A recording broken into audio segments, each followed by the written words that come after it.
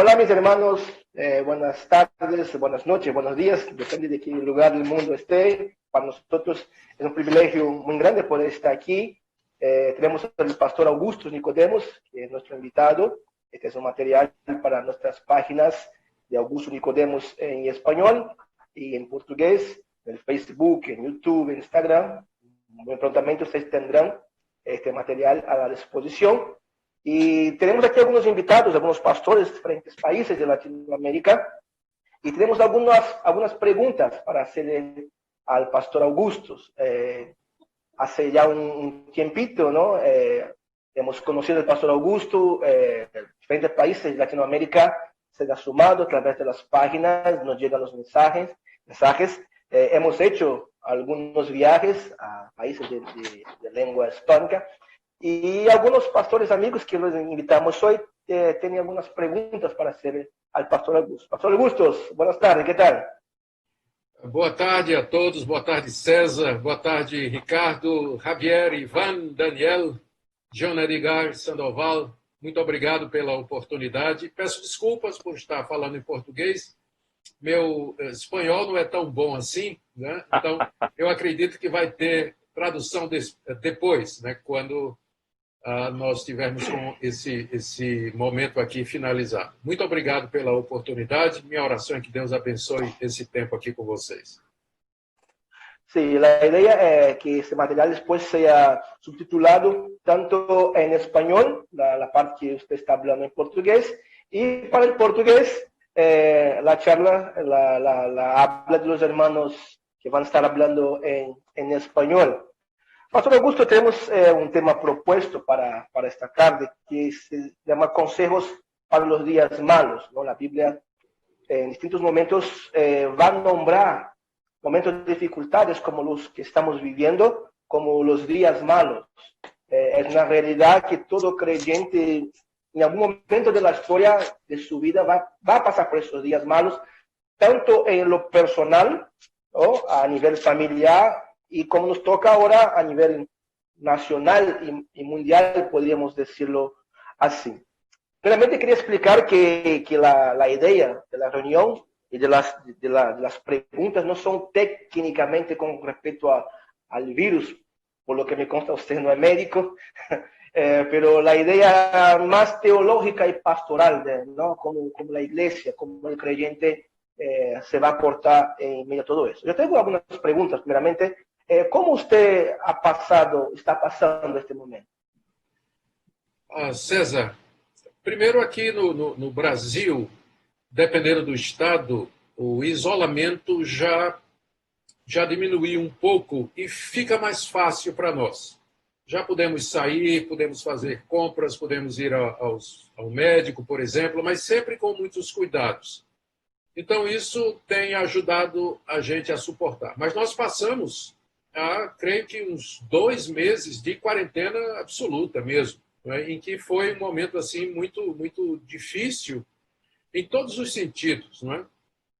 Mas, pela graça de Deus, nós temos enfrentado e estamos já um pouco aliviados, porque parece que a situação está melhorando aqui no estado de Pernambuco, no Brasil, onde eu moro, porque está caindo o número de contaminados e caindo também o número de pessoas que estão morrendo.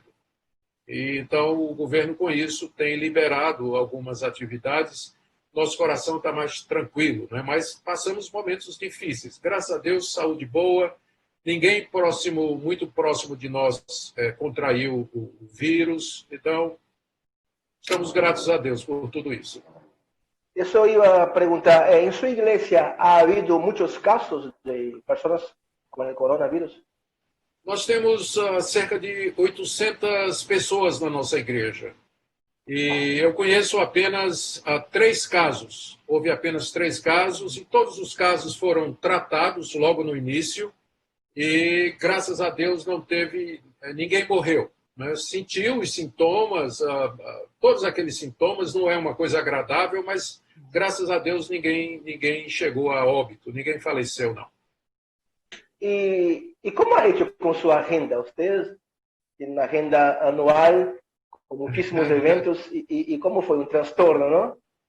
Olha, nesse sentido, César, eu vou confessar uma coisa.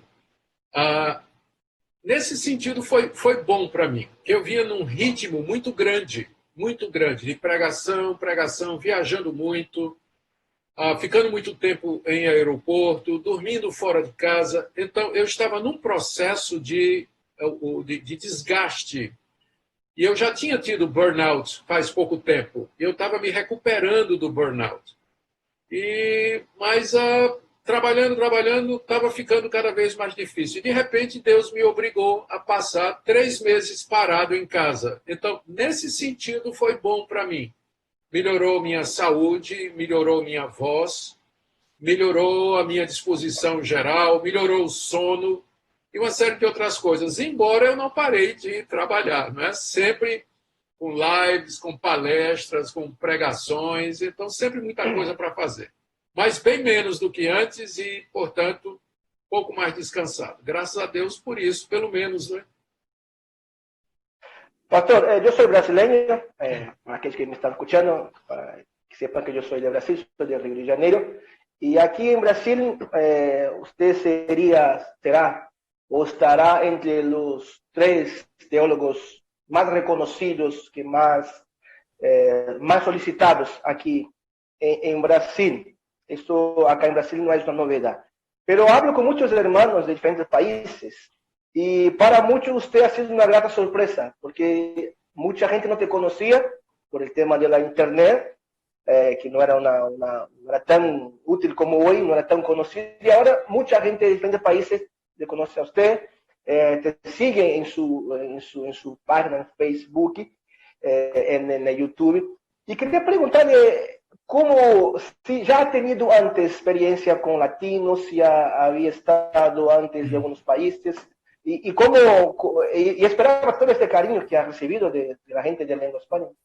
Não esperava. É uma surpresa muito agradável e eu sempre muito grato a Deus. Eu acredito que os primeiros... Eu já tinha participado, já tinha visitado alguns países na América Latina antes, por conta da minha participação na Fraternidade Mundial Reformada. Então, nós temos amigos em alguns países da América Latina que tivemos a oportunidade de viajar e promover eventos relacionados à Fraternidade Mundial Reformada. Mas depois, à medida que as pregações, as palestras e os estudos foram sendo colocados na internet e foram se espalhando, eu comecei a receber convites de lugares que eu nunca esperava, inclusive você tem me acompanhado em alguns desses lugares. E eu fiquei muito grato a Deus, muito surpreso pelo carinho, pela atenção e pela bondade dos irmãos que nos convidaram, não é? E eu só posso ficar grato a Deus por isso. Mas, com certeza, não foi alguma coisa planejada, do tipo assim, vamos investir em tal lugar ou vamos tentar alcançar tal lugar. Meu ministério sempre foi focado no Brasil. Então, foi uma surpresa, assim, estou muito grato a Deus pelo privilégio de poder servir os irmãos em outros países, com certeza. Pastor, tenemos, como ya decimos, algunos pastores amigos que yo estuve invitando de diferentes países y comentaba aquí en off que son pastores que son referencia para mi vida. Todos los que están aquí yo les admiro mucho. Todos ellos tuve el privilegio de conocerlos personalmente y han sido instrumentos de Dios en sus países, hombres serios, comprometidos con la palabra, y son nuestros invitados hoy, y ellos tienen preguntas para usted. Entonces quería invitar al pastor Daniel Vilca, de Bolivia, que haga su pregunta al pastor Augusto. Buenas tardes, hermanos pastores, a todos ustedes. Un gusto de conocerlos. Algunos ya los conozco también, como al pastor John. He estado compartiendo aquí en Bolivia. También hermano César. Me alegra mucho, me gozo en el Señor poder compartir como siervos del Señor, ayudarnos unos a otros en estos tiempos donde tal vez muchos de nosotros nunca hemos pasado estos tiempos. Para nosotros es por primera vez y estamos aprendiendo en el ministerio del Señor cada día, ¿no? Y en cada tiempo, en cada época. Una de las preocupaciones que tengo como pastor es la iglesia, siempre, ¿no? A partir de la familia. En estos tiempos de cuarentena, nosotros aquí en Bolivia no hemos estado congregándonos, nos han prohibido las reuniones. Es más, hemos tenido una cuarentena muy estricta. Justamente hoy, por ejemplo, nos ha tocado salir solo un día a la semana. No podemos salir solo un día para abastecernos. Entonces, están prohibidas las aglomeraciones, especialmente en 3 ciudades, La Paz, Cochabamba y Santa Cruz, ¿no? Donde están las ciudades más afectadas, y en el cuarto lugar, Trinidad. Entonces, una de las cosas que más hemos extrañado como iglesia, como el hermano César decía, siempre en nuestra iglesia hemos practicado la comunión, hemos practicado la adoración, hemos aprendido a adorar al Señor, especialmente el día domingo, donde ahí podemos evaluar a nuestros hermanos, verlos durante la semana, cómo dan su tiempo, cómo adoran al Señor con su ofrenda, con la alabanza, escuchando la palabra de Dios. Entonces, especialmente como líderes, y para mí es un parámetro de los muchos que hay para poder evaluar una iglesia y poder mirar más adelante, cómo podemos seguir trabajando, qué ministerios falta fortalecer, qué podemos hacer más adelante con nuestros hermanos, qué necesidades hay. Aparte que en estos tiempos no nos han permitido las visitaciones, no nos han permitido los contactos personales, y en especial en el lugar donde yo vivo, algunos de los hermanos no tienen internet, y si la tienen no saben usar, son mucha gente del campo. Entonces, para mí es un poco dificultoso el poder evaluar, ver a nuestros hermanos para poder seguir trabajando, seguir visionando en el ministerio. Entonces, mi pregunta es, ¿cómo podemos evaluar una iglesia frente a todas estas restricciones para seguir mirando a la familia, para seguir viendo en los ministerios en la iglesia, planificar adelante qué es lo que vamos a hacer? ¿Cómo los vamos a predicar? Porque ahora nos estamos dedicando solamente a predicarlos. Y en una predicación un mensaje sale cuando estamos en contacto con los hermanos, cuando los visitamos, cuando los acompañamos, estamos en sus alegrías, en sus tristezas. Entonces, como pastores, empezamos a preparar el alimento sólido para nuestros hermanos, pero cuando no hay esos contactos, entonces hay un distanciamiento, ¿no? Y hay un enfriamiento muchas veces espiritual. Y para llegar contundentemente a la mente, al corazón de los hermanos, necesitamos estar en contacto con ellos. ¿Cómo podemos evaluar en este tiempo pues no hemos estado tanto tiempo desde que ha empezado toda esta cuarentena? César se fue de Bolivia en febrero, marzo ya empezó todo. Ya hasta hoy no podemos reunirnos, no hay contactos, es difícil aquí en Bolivia, y encima que en nuestra salud estamos un poco retrasados, por ese riesgo no nos dejan salir, ¿no? Y estamos manteniéndonos en casa. Irmão Daniel, de fato, essa é uma situação muito difícil. E eu não sei se existe uma resposta única e que possa atender, ou uma solução que possa atender. Algumas coisas me parecem muito certas, algumas coisas. Primeiro, que as igrejas elas não serão mais as mesmas. Isso que aconteceu marcou e vai marcar de tal maneira a cristandade mundial que algumas formas consagradas de ser igreja terão que ser refeitas. Por exemplo, nós estávamos acostumados à nossa liberdade aqui no mundo ocidental de ter um local de adoração, que é a igreja. E tudo acontecia ali na igreja. Nós vamos ao culto na igreja, celebramos casamento na igreja, batizamos na igreja, aconselhamos lá na igreja quando não vamos para a casa dos irmãos. Então, muito girava em torno do templo. Então, nós temos que aprender a viver o cristianismo sem templo, sem depender daquele local. Nós vamos ter que voltar como era no início, quando a Igreja Apostólica ela não tinha um local, uma vez que ela era banida, ela não tinha o direito de ter um local. Os judeus tinham direito à sinagoga, o culto ao imperador tinha direito aos seus templos, o culto aos deuses pagãos da mitologia grega tinha os seus templos em cada cidade, mas não era permitido aos cristãos. Os cristãos só puderam construir os seus primeiros templos a partir do edito de Constantino, no século IV, que considerou o cristianismo como sendo uma religião legal, inclusive a religião principal do Império Romano. E foi quando os cristãos começaram a construir os seus próprios templos. E nós nos acostumamos com isso, o que não é ruim. Se a gente pode ter um templo e usar, graças a Deus por isso. Mas nós temos agora que voltar e nos lembrar que o cristianismo ele não precisa do templo, ele não gira em torno do templo. Ele pode acontecer em outras situações.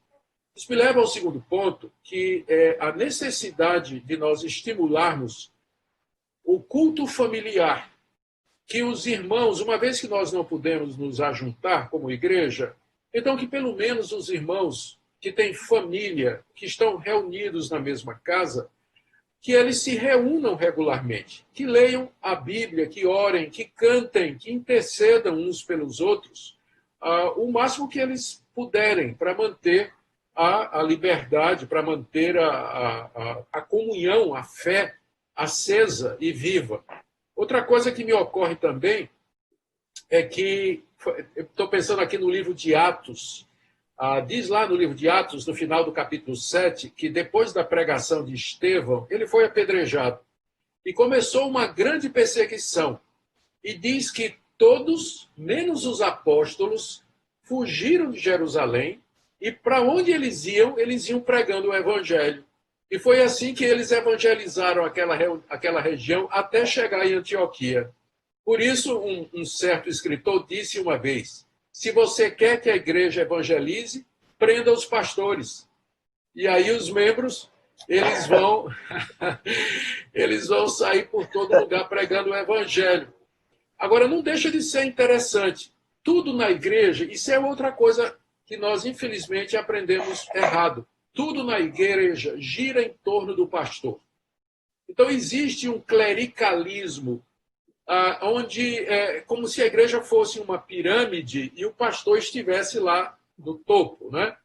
Como se o pastor fosse o motorista de um ônibus e os membros entram, eles têm que pagar o tesoureiro da igreja e o pastor está dirigindo o ônibus, né? Enquanto que a visão de igreja do Novo Testamento é mais de um barco onde todo mundo está com o remo na mão e o pastor está só dizendo, vamos para a direita, para a esquerda, vamos, gente, todo mundo remando. Então, essa pandemia, ela desperta as forças leigas, ou seja, pessoas que não são os pastores, eles têm agora a oportunidade de ministrar, eles têm a oportunidade de ajudar os outros, formar grupos pela própria internet. Aqui, quando a quarentena começou aqui, o isolamento, nós somos 5 pastores na igreja. Imediatamente nós começamos a usar essa ferramenta, o Zoom, para fazer devocionais, para juntar o pessoal da igreja. Então, eu estava fazendo 3 devocionais todo dia 3 devocionais. Depois de um tempo, eu comecei a notar que a frequência das minhas devocionais estava diminuindo. Aí eu perguntei aos outros pastores, os membros estão deixando de assistir? Eles disseram, estão. E por quê? Porque eles se organizaram em seus grupos. Os jovens fizeram o seu próprio grupo, as senhoras fizeram os seus próprios grupos, os homens fizeram os seus próprios grupos, e aí então eles estão preferindo escutar a gente uma vez, e aí eles conversam, eles compartilham, eles oram, e eles desenvolvem os seus dons nesses grupos. Então, essa foi uma... E aí nós diminuímos bastante as devocionais. Hoje eu só faço uma devocional por semana, mas a igreja está reunida, usando essa ferramenta para estudos bíblicos, para comunhão. A minha esposa participa de 3 ou 4 grupos de senhoras que se reúnem para orar, para compartilhar, para estudar a Bíblia e por aí vai. Então, a igreja tem que se adaptar. Né? Não pode mais ficar tudo em torno da pessoa do pastor, não pode ser tudo lá no templo, não pode mais ser assim. E nós temos que estimular muito a que as famílias elas participem ou então elas estejam juntas, né, para o culto a Deus e assim por diante. É muito difícil quando você falou aí que na Bolívia tem essa situação de que muita gente não tem internet ou muita gente tem e não sabe usar. Eles vão achar o caminho, eles vão achar um caminho. Eu lembro aqui de uma situação que aconteceu algum tempo atrás, antes da pandemia, que tinha uns irmãos, gente que se converteu numa cidade onde não tinha igreja nenhuma. E eles queriam, de alguma maneira, se afiliar a uma igreja e não tinha como, não tinha nenhuma possibilidade perto. Isso foi no interior do Goiás. Mas aí, então, nós orientamos de que eles começassem o trabalho. Eles mesmos se reunissem, lessem a Bíblia e começassem a estudar a Bíblia e, de vez em quando, se alimentando pela internet e assim por diante. E começou a igreja. Eles começaram e a igreja cresceu. Então, eles vão achar o caminho.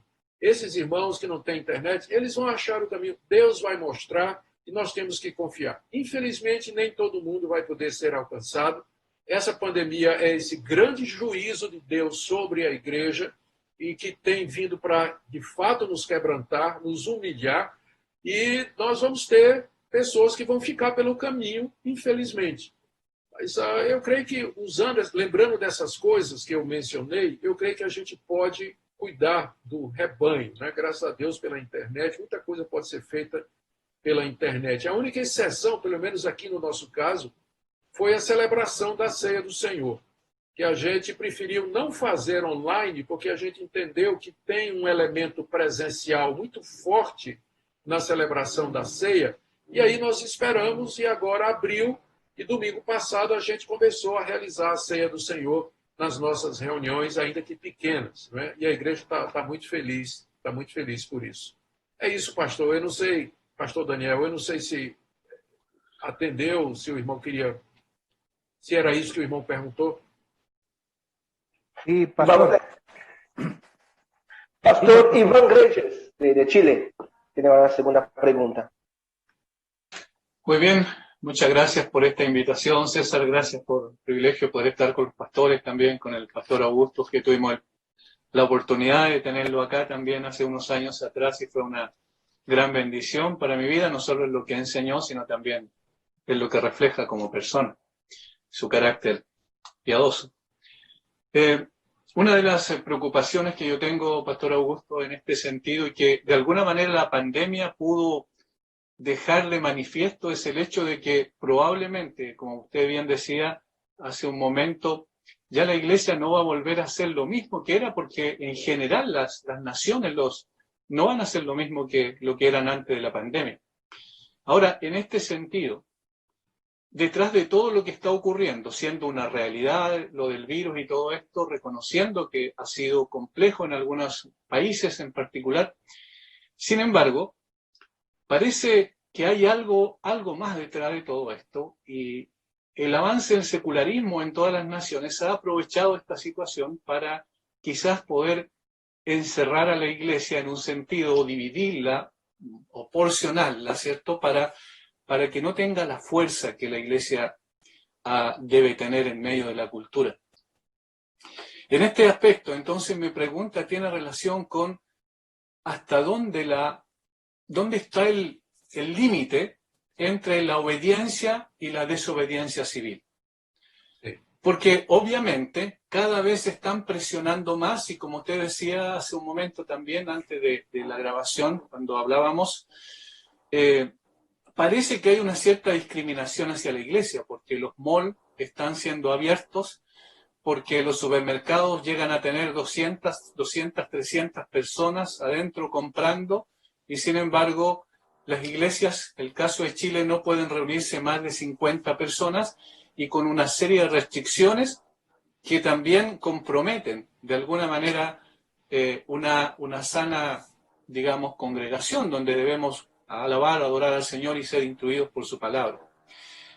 John Stott decía, si el Estado manda lo que Dios prohíbe, o prohíbe lo que Dios manda, nuestro simple deber cristiano es resistir al Estado, no someternos. Si se promulgan leyes que contradicen la ley de Dios, la desobediencia civil se hace entonces un deber cristiano. También Francis Schaeffer dice algo similar, citando a Samuel Rutherford, donde se aconseja en un momento determinado estar dispuesto a pagar el costo, pero desobedecer civilmente. En este sentido, ¿nos podría ayudar para saber en qué punto está, digamos, hasta qué límite nosotros podemos resistir como iglesia e não entrar em desobediência civil? Essa é uma situação, pastor Ivan, é uma situação muito difícil para todos nós. Exatamente porque ela é muito confusa. Ela é muito confusa. Porque estão usando a segurança pública e o bem-estar de todos como a base para as restrições e os isolamentos. Então, se a gente não aceita, vão dizer que nós estamos colocando a população e o povo em perigo, porque nós estamos nos reunindo quando o Estado disse que era perigoso. Então, fica ruim para os cristãos irem contra as medidas sanitárias que visam a segurança do povo e o bem-estar da população. Então, nós estamos realmente apertados de todos os lados. Estamos apertados de todos os lados. Eu creio que aqui nós temos que lembrar de alguns princípios básicos. O primeiro deles é que a Bíblia, de fato, manda que nós sejamos submissos às autoridades. Paulo ensina isso em Romanos, capítulo 13. Pedro ensina isso na sua primeira carta com muita clareza.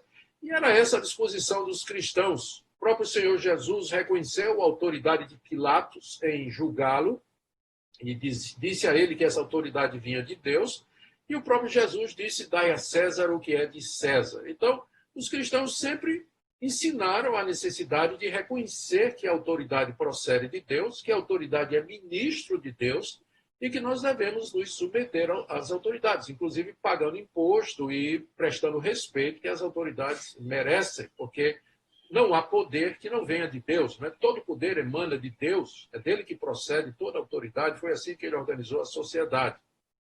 Mas, ao mesmo tempo, a mesma Bíblia nos mostra que há situações em que nós temos que obedecer a Deus em vez de obedecer o Estado naquela situação, pastor Ivan, que o senhor mencionou, quando o Estado proíbe aquilo que Deus ordena e ordena aquilo que Deus proíbe. Nós encontramos no Antigo Testamento o caso daquelas parteiras hebreias que resolveram desobedecer Faraó, e Faraó mandou matar todos os meninos do sexo masculino que nascessem. Elas desobedeceram e Deus aprovou o que elas fizeram. No Novo Testamento, o caso mais conhecido é dos apóstolos em Jerusalém que se recusaram a obedecer à autoridade civil religiosa, que era o Sinédrio, que queria proibi-los de pregar a palavra de Deus. E através da história, os primeiros cristãos, proibidos de se reunir, entretanto, se reuniam a si mesmo, com o custo da própria vida, né, preferindo morrer queimados ou devorados pelas feras a negar o nome do Senhor Jesus.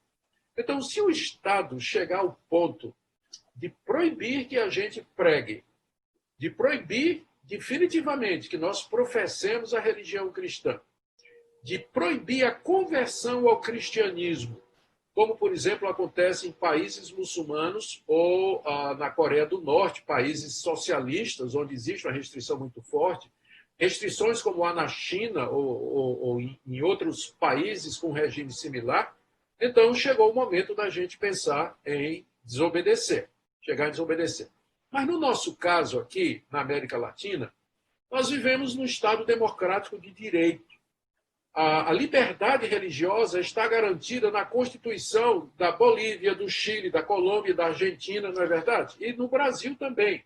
Na Constituição dos países, de todos esses países, isso é uma conquista do cristianismo, está garantida a liberdade religiosa.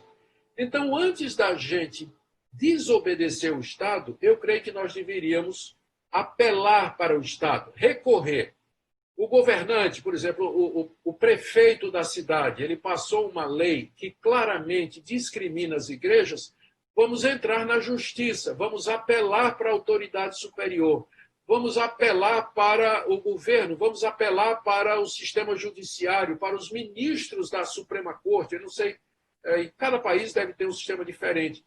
Mas primeiro vamos usar todos os recursos para que nós possamos reivindicar os nossos direitos, porque a Constituição é a lei maior de um país. O presidente está debaixo dela, os ministros estão debaixo dela, governadores estão debaixo dela, os prefeitos estão debaixo da Constituição. Então, se a Constituição nos garante liberdade de religião, vamos apelar para a Constituição o quanto a gente puder.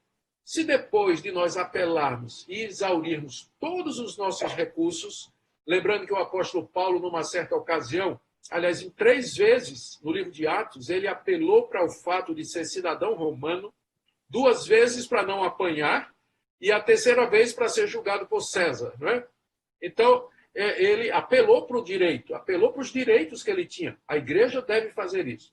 Mas uma vez que o direito é negado, que nós apelamos para todas as instâncias e nos é negada, aí cabe a desobediência civil.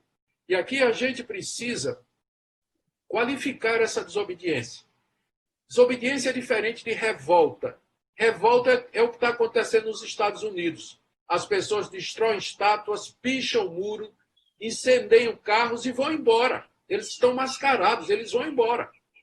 Na desobediência civil, nós dizemos ao Estado, nós não podemos obedecer a essas leis, porque vão contra a nossa consciência, vão contra aquilo que nós cremos. Estamos prontos a pagar o custo da nossa desobediência, mas nós estamos dizendo que nós não iremos seguir isso que vocês estão dizendo, porque está contra aquilo que a palavra de Deus nos diz. E aí assumimos as consequências disso aí.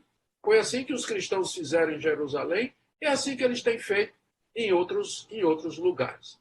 Então, essa é a primeira qualificação. Segunda, que essa desobediência ela é pacífica e ela é passiva. Nós não vamos promover isso, nós não vamos atacar o governo, nós não vamos promover nada disso, nós simplesmente seguiremos fazendo aquilo que a Bíblia diz que nós devemos fazer e estamos dispostos a sofrer as consequências disso aí.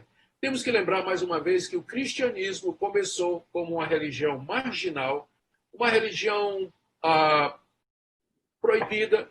Ela passou por 10 perseguições, por mais de 10 perseguições, desde o Nero até chegar no Constantino. 10 imperadores promoveram perseguições violentíssimas contra os cristãos e a igreja sobreviveu. Nós não queremos que chegue a esse ponto. Mas, pastor Ivan, pode ser que chegue, não é? Porque existe uma hostilidade mundial contra o cristianismo. E Jesus nos avisou, ele disse isso com muita clareza, sereis odiados de todos, sereis odiados de todos. Então, é essa a diferença que eu entendo entre obedecer e desobedecer quando o que está em jogo é a palavra de Deus. Amém. Gracias. Bueno, Pastor Javier Bello, de Paraguay. Hermanos, les saludo a todos. La pregunta que tengo que hacerle, pastor, es algo que en verdad me gustaría que mucha gente pueda escuchar esta respuesta, porque algo que estuvimos viendo en los medios de comunicación del continente es la oleada de divorcios que se vaticina post-cuarentena y post-pandemia. En mi país, un diario muy conocido, La Nación, registró casi el triple de presentaciones de divorcios en los juzgados. CNN lo mismo, CNN en español, la BBC de Londres. E incluso me llamó la atención el titular del diario Clarín de Argentina, donde dice récord de divorcios durante la cuarentena. Y también un diario que se llama El Financiero de México habla de una oleada de divorcios en México. Y creo que eso está pasando en todo el mundo. Mi pregunta es, y ruego al Señor que nos ayude, ¿qué consejos y qué direccionamientos le podríamos dar a los matrimonios en cuarentena? A los matrimonios cristianos, ¿qué medidas, qué dirección deben de tomar para poder sobrevivir a estos tiempos malos en cuanto a sus matrimonios? Sim. Pastor Javier, existe na nossa sociedade ocidental uma desvalorização cada vez maior do casamento, já antes da nossa pandemia. O casamento, em vez de ser alguma coisa que é vista como procedente de Deus, uma instituição divina, e que reside também no fato de que Deus nos fez homem e mulher, portanto, tem a ver com a nossa vocação biológica, né? Nós somos seres sexuados, né? Nossa própria definição de raça envolve o relacionamento sexual e o casamento como garantia dele. Hoje em dia, as pessoas veem o casamento como um contrato de favores mútuos, onde você fica até o momento em que você está recebendo sua parte e, quando não está, você simplesmente desfaz e vai embora. Hoje, as leis de praticamente todos os países democráticos permitem o divórcio consensual por qualquer motivo, né? Não precisa nem apresentar motivo, basta que se queira fazer isso. A visão cristã de casamento é bastante diferente.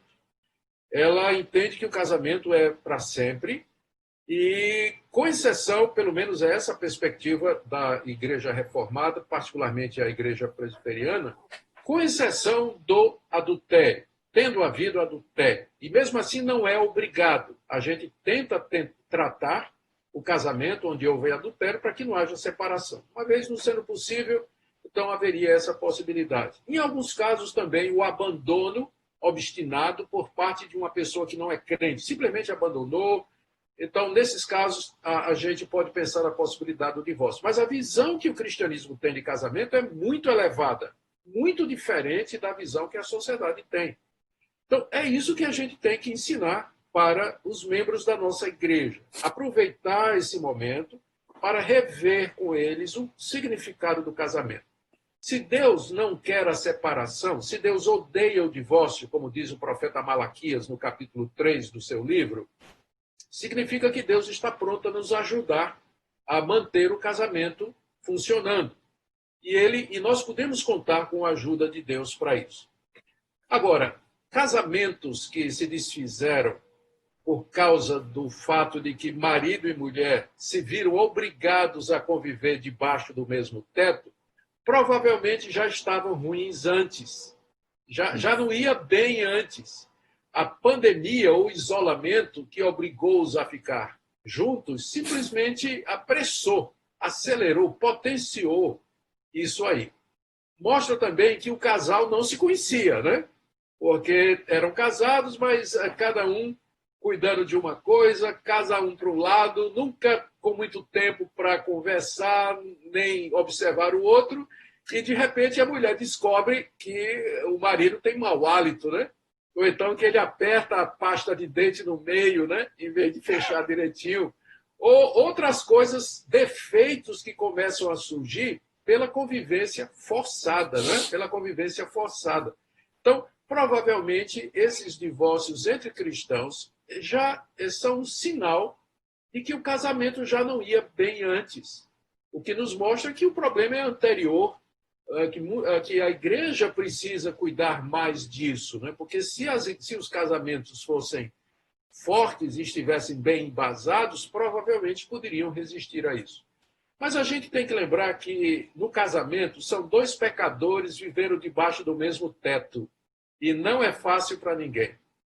Então, conhecendo a corrupção do nosso coração, os casais poderiam tomar algumas providências, por exemplo, se ocupar. Então, existem cursos que você pode fazer pela internet, fazer um curso de pintor, fazer um curso de escritor, fazer um curso de corte e costura, fazer um curso de cozinheiro, boas leituras, comprar bons livros, ler bons livros, ou gastar o tempo em outras coisas, né? Eu creio que o isolamento fez com que muita gente não tenha o que fazer em casa. Não tem o que fazer, então ele vai brigar com o marido, vai brigar com a esposa, mas ele pode se manter ocupado. Se der para sair, sai. Quando no dia de sair, então aproveita para aliviar um pouquinho também, há medidas que poderiam ser feitas levando em consideração o fato de que nós somos de fato pecadores e que ficar muito tempo junto, né, aparece, né, o pecado com certeza vai aparecer. Então, o que puder fazer para manter a intimidade, mas uma certa distância, então é possível fazer. Como eu disse, a ideia de ocupar-se com alguma coisa é muito importante. É importante que eles orem juntos, leiam a Bíblia juntos e peçam ajuda. A minha esposa ela está envolvida num ministério de aconselhamento e de mulheres e ela atende mais gente do que eu. Pode ter certeza, a agenda dela é lotada. E qual é a causa principal que as mulheres procuram para conversar com ela? Exatamente problema no casamento, dificuldade que estão passando no casamento. Então, ela tem ajudado muita gente. Nós podemos dizer para esses casais que eles procurem ajuda, ou ajuda pastoral, ou ajuda de uma pessoa que pode dar algum aconselhamento, mas que não deixe a coisa ficar sem auxílio, ficar sem ajuda. Mas, com certeza, pastor Javier, essa pandemia ela é um teste do verdadeiro amor e da solidez do casamento. Alguns casamentos vão sair mais fortes dessa pandemia, vão sair mais fortes dessa pandemia. Mas outros, realmente, eles vão se desfalecer exatamente porque já estavam ruins antes. Isso aí a pandemia só precipitou isso aí que estava camuflado de alguma maneira, que estava velado antes. Okay, muchas gracias. Pastor John Sandoval, desde Bucaramanga, Colombia. Hola, hermanos. Gracias por la oportunidad. Saludos, Pastor Augustus. Gracias por las enseñanzas. Estuve escuchando los devocionales y yo estaba pensando, ¿será que dejó de hacerlos? Pero no, ya vi que hizo menos. 1 al día en lugar de 3. Pues me pasó al contrario. Muy bien. Bueno, aquí se vive unas formas igual, otras formas diferentes. En lo que es igual, encerrados, políticos, en fin, ya saben. Lo que es diferente, que he visto, es que a nosotros en Colombia nos dijeron que era un fin de semana solamente. Luego se extendió una semana, luego 15 días, y ahora el presidente está hablando de diciembre. Llevamos 4 meses. 4 meses encerrados. Las iglesias son realmente lo último que contemplan permitir el reinicio junto a los bares, discotecas. O sea, para el gobierno civil, las iglesias y las discotecas son lo último. ¿Sí? Entonces, la pregunta tiene que ver con todo esto, específicamente con lo siguiente. El cristianismo evangélico en Colombia especialmente está en las clases sociales media y baja. Entonces, como no hubo oportunidad de prepararse con dinero, con comida y esto, y además, porque muchas personas, los pocos recursos que tenían, se les acabó y empezaron los despidos. O sea, mucha gente está desempleada. Colombia tiene, como muchos países, gran parte de su membresía compuesta por mujeres, cabeza de hogar. Entonces, está la lucha, el dilema. Ese es el dilema ético de todas las semanas con los que tenemos que hablar con los hermanos en consejería. Es cierto, hay una resistencia civil, por un lado. Pero mientras estamos usando esos medios, hay comida, hambre.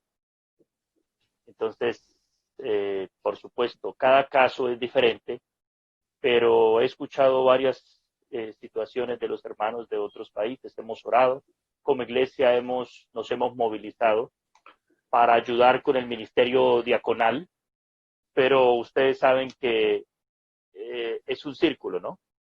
La iglesia se afecta porque los hermanos que contribuyen no tienen empleo. Al no tener empleo, los hermanos no contribuyen en la iglesia.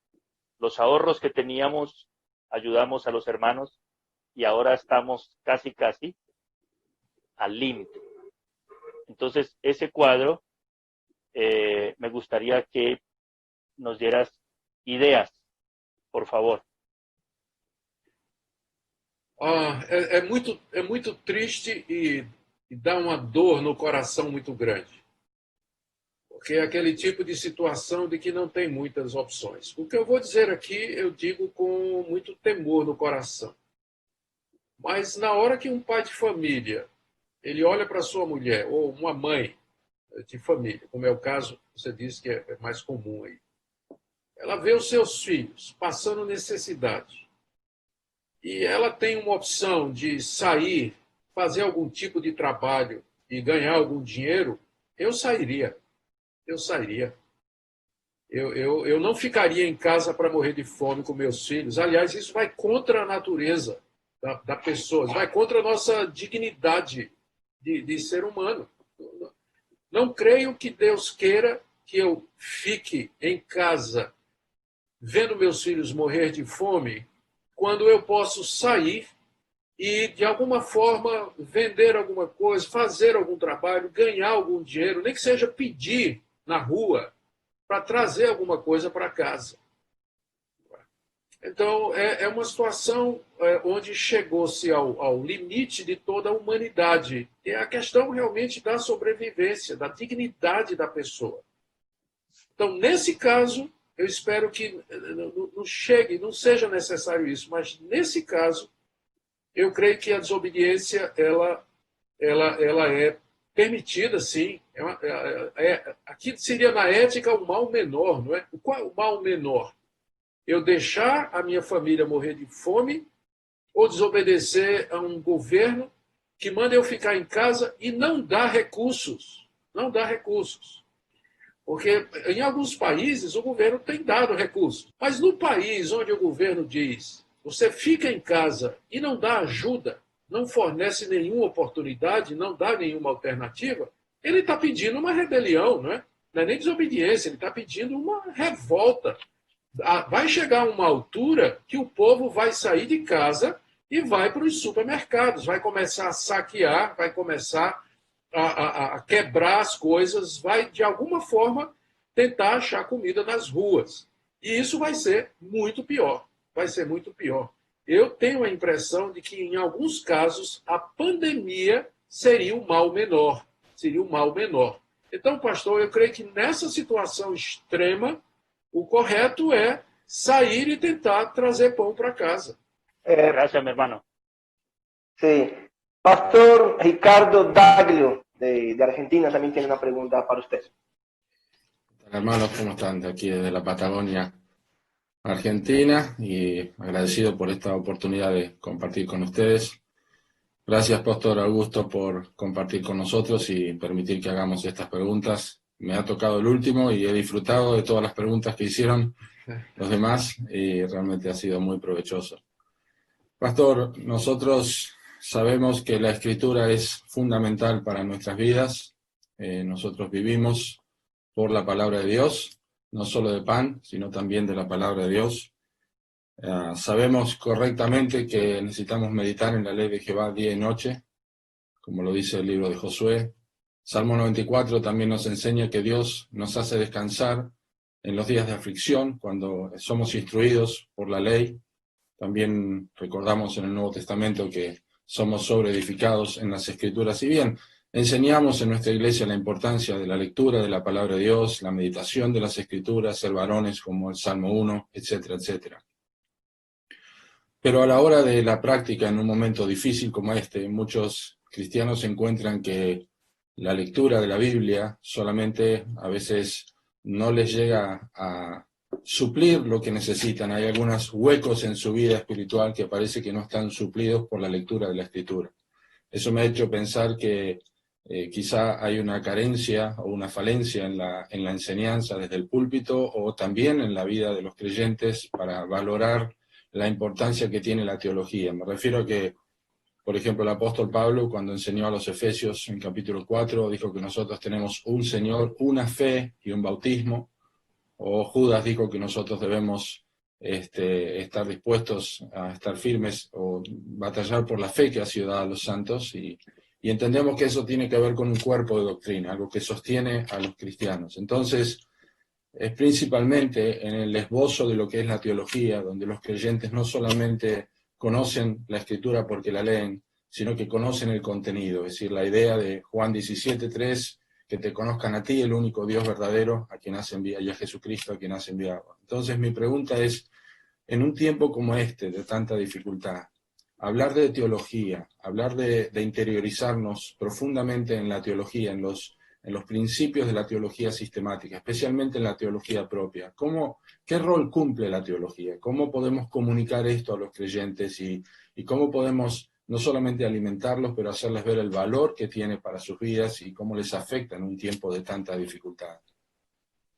Muito bom, pastor. Boa pergunta. Eu creio que a teologia ela é extremamente não só útil, mas necessária em momentos como esse. Porque as pessoas têm perguntas. Crises como essa despertam perguntas. Por que Deus permitiu isso? De onde vem o mal? Deus é o autor do mal? Qual o propósito de Deus com tudo isso? Por que Deus permite que tantas pessoas sofram? Por que Deus parece não ouvir as minhas orações? A igreja existe para quê?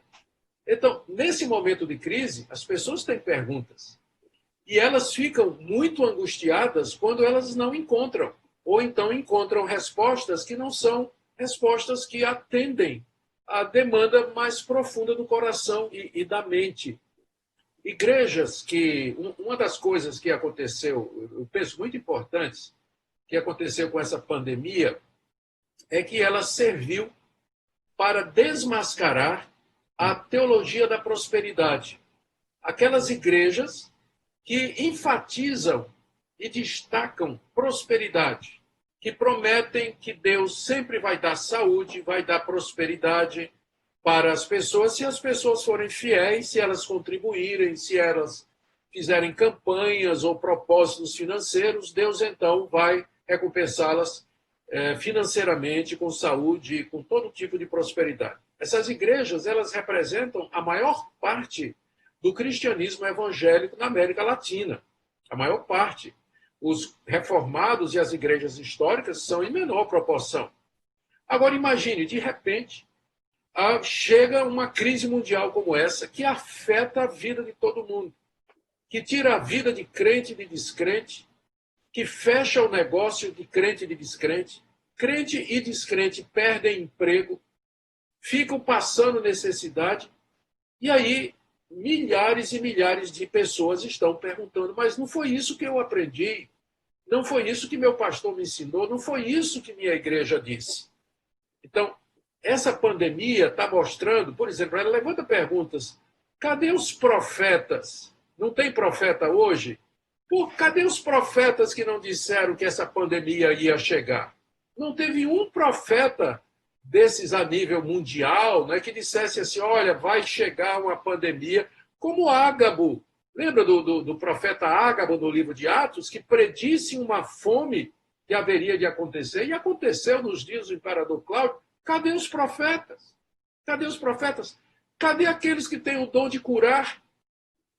Existem pessoas com dom de curar hoje? Então, onde estão elas? Elas poderiam nos fazer um benefício muito grande, indo aos hospitais, curando milhares de pessoas, como os apóstolos faziam. Então, a pandemia mostrou, ela expôs uma falsa teologia, o que mostra a importância de uma teologia sóbria, uma teologia bíblica, que dê respostas consistentes para as pessoas, que digam que isso que está acontecendo não é exatamente o resultado ou por causa de algum pecado específico que nós cometemos, mas faz parte dos flagelos que Deus manda sobre a raça humana por causa do pecado original e do pecado de toda a raça. Então, nós somos uma raça caída, uma raça pecadora, debaixo da ira de Deus, e Deus derrama o seu desprazer e o seu juízo através de castigos temporais aqui nesse mundo, que são só o prenúncio do juízo eterno, do inferno que se aproxima. Deus faz isso para despertar as pessoas, Deus faz isso para que as pessoas se arrependam, para que elas busquem a Deus, para que elas temam a Deus, e muitos outros propósitos que Deus tem na sua providência secreta. Então, a boa teologia dá respostas para as pessoas, explica o que está acontecendo. A boa escatologia, por exemplo, ela vai nos dizer, isso faz parte dos sinais que Jesus disse, de coisas que aconteceriam preparando o mundo para a vinda do Senhor Jesus. Não é que nós vamos poder marcar a vinda de Cristo, os sinais não foram dados para isso, mas para nos dar certeza de que Cristo haverá de voltar e que nós estamos precisando estar preparados para isso. Então, respostas. A igreja cristã, ela tem as respostas para isso. Ela pode consolar, ela pode confortar. Ela fala da vida eterna, ela fala da ressurreição, ela fala do novo céu e da nova terra, onde não haverá mais esse tipo de coisa. O povo precisa de esperança, precisa de uma razão, precisa de resposta. E a boa teologia faz tudo isso. Então, pastor Ricardo, por isso eu gostei bastante da sua pergunta, porque eu acho que esse ponto é fundamental. É o momento das igrejas históricas e reformadas elas mostrarem a diferença entre elas e as demais igrejas que se dizem evangélicas, mas pregam um falso evangelho que não tem substância, que não traz conforto, que não prepara o crente para enfrentar essas situações que vêm sem aviso, que chegam de repente e batem à nossa porta. Que Deus tenha misericórdia de nós e da sua igreja na América Latina. Amén. Bueno, hermanos, estamos llegando al final de esta reunión.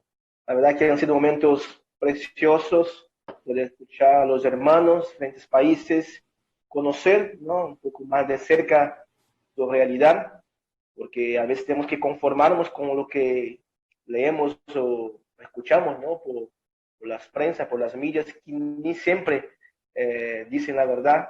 Entonces, poder escuchar a hombres de Dios comprometidos con sus países, con el lugar, con el sitio donde están, y poder escuchar al pastor Augusto también, dar sus consejos, el pastor que es un pastor, de pastores también. Entonces, estamos muy gratos por esos momentos. Una vez más, quiero agradecer a los pastores, pastor Daniel de Bolivia, pastor Iván Reyes de Chile, pastor Javier Bello de Paraguay, John Sandoval de Colombia, pastor Ricardo Daglio. Gracias por estar con nosotros. Ojalá no sea la última, ¿no?, que otros encuentros como estos sean realizados. ¿Qué te parece, pastor Augusto? ¿Hacemos otros? Me parece muy bueno. Espero que tengamos otros encuentros como este. Okay. ¿Y los pastores están de acuerdo? ¿Nos juntamos de vuelta? ¿O qué? Sí. Excelente. Muy bueno. ¿Sí o qué? ¿Cómo son los colombianos? Bien, ok. Bueno, pastor Augusto, algo que nos haya sido preguntado que a usted le gustaría decirnos. Sim, eu creio que foi a pergunta do irmão Ivan Reyes a respeito do limite da desobediência, não é? Até onde a gente obedece. E eu me lembrei daquela passagem lá de Efésios, capítulo 6, onde o apóstolo Paulo, na verdade, o mandamento de número 5 dos 10 mandamentos diz assim que os filhos, honra teu pai e tua mãe. E a tradição reformada sempre entendeu que esse mandamento, ele se refere não somente à autoridade do pai e da mãe sobre os filhos, mas à autoridade do Estado sobre os seus sujeitos e da autoridade da igreja sobre os membros e por aí vai. Não é? É um mandamento que fala da autoridade. E quando o apóstolo Paulo está explicando esse mandamento lá em Efésios, capítulo 6, ele diz primeiro, filhos, obedecei aos vossos pais no Senhor, e aí ele cita esse mandamento, e em seguida ele diz assim, pais, não provoqueis os vossos filhos à ira. E eu estava pensando, o Estado também não deveria provocar os seus cidadãos à ira com leis injustas, com leis que afetam a nossa própria sobrevivência, que tiram os direitos civis fundamentais que são inerentes à pessoa humana. Não é? O Estado não deveria provocar a ira dos seus súditos e dos seus cidadãos através de leis injustas. Aquilo ficou na minha cabeça, eu esqueci de falar na hora, mas é mais uma coisa para a gente pensar aqui, não é? A respeito da nossa relação com o Estado. e que Deus nos dê muita sabedoria nessas horas difíceis, né? E quando o horizonte parece carregado aí de ameaças contra a cristandade. Mas Deus é conosco, Ele vai estar conosco, Ele não vai nos desamparar. Amém. Amén. Ahora sí, llegando al final, quería agradecer a Uriel, que estuvo manejando la parte técnica. Y quiero agradecer a los hermanos que contribuyen para las páginas, para nuestro material en español. Mario Orozco, de Pereira, Colombia. Lester Reyes, de Costa Rica. Henry Pesa, de Nicaragua. Muchos hermanos, Lucas Ceballos de Chile, son hermanos que siempre nos están ayudando, contribuyendo, corrigiendo las traducciones, así que también son parte de este proyecto. Así que un abrazo a todos, gracias a todos por su tiempo, Pastor Augusto, gracias por su tiempo, y muy pronto tendremos este material, y seguramente va a bendecir a muchos hermanos nuestros en Latinoamérica, y va a ayudar mucho también en sus inquietudes y sus dudas. Así que muchas gracias a todos, que Dios les siga bendiciendo a ustedes, sus familias, sus ministerios, y que Dios siga, que Dios fortalezca a su iglesia, y que pase eso lo más pronto posible, y que quizás nos encontremos en algún lugar de nuestra hermosa Latinoamérica. Un abrazo grande a todos. Bien, Dios les bendiga. Gracias, hermano. Bendiciones.